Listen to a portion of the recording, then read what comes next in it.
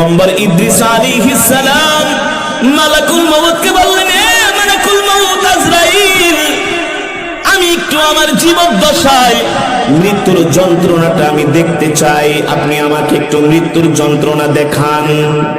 ওয়াজাআ সাকরাতুল মাউত বিল হক যালিকা মা কুনতা মিনহু তাহিদ। মালাকুল মউত পয়গম্বর ইদ্রিস আলাইহিস সালামের জানটা কবজ করলেন। জান কবজ করার পরে পয়গম্বর ইদ্রিস ইন্তেকাল করলেন। আবার কিছুক্ষণ পরে পয়গম্বরের রূহটা আজরাইল ফিরাইয়া দিলেন। পয়গম্বর জানতে চেয়েছিলেন, বুঝতে চেয়েছিলেন আসলে মৃত্যুর যন্ত্রণাটা কতটা ভয়াবহ। বুঝতে পারছেন?